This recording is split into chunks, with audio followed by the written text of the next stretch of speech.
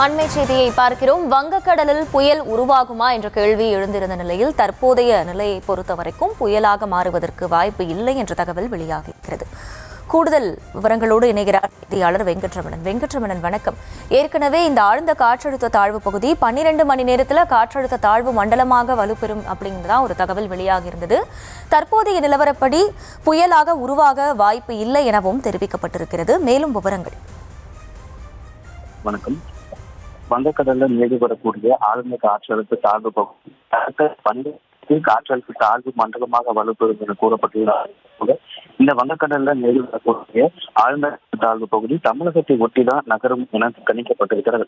அடுத்த 12 மணி நேரத்தில் காற்றழுத்த தாழ்வு மண்டலமாகவே வலுப்பெற்று மாறி தமிழகம் புதுவை கரையை கடக்கும் என அதாவது புயலாக உருவாவதற்கான வாய்ப்புகள் குறைவாக இருப்பதாகவே இந்திய வானிலை ஆய்வு மையம் தெரிவித்திருக்கிறது.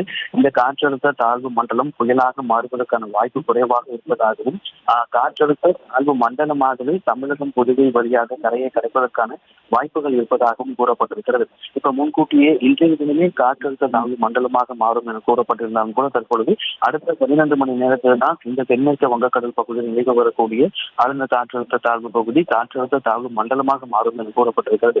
புயலாக மாறுவதற்கான சாத்தியக்கூறுகள் குறைவாக இருப்பது என கூறப்பட்டிருந்தாலும் கூட தொடர்ந்து இந்த காற்றழுத்த தாழ்வு மண்டலமாக வலுப்பெற்றதற்கு பிறகாக அதனுடைய நகர்வுகள் தீவிரத்தன்மையை தொடர்ந்து கண்காணிக்க இருப்பதாகவும் வானிலை ஆய்வு மையம் தெரிவித்திருக்கிறது. தற்போது இருக்கக்கூடிய தரவுகளின் அடிப்படையில் புயலாக வலுப்பெறுவதற்கு முன்னதாக இருக்கக்கூடிய காற்றழுத்த தாழ்வு மண்டலமாகவே வலுப்பெற்று காற்றழுத்த தாழ்வு மண்டலமாகவே வட தமிழகம் புதுவை வழியாக கரையை கடக்கும் என தற்போது கணிக்கப்பட்டிருக்கிறது. இதிலும் ஏதாவது நகர்வுகள் தீவிரத்தன்மையை பொறுத்து மாற்றம் ஏற்படலாம் எனவும் இந்திய வானிலை ஆய்வு மையம் தரப்பில் தகவல் தெரிவிக்கப்பட்டுள்ளது.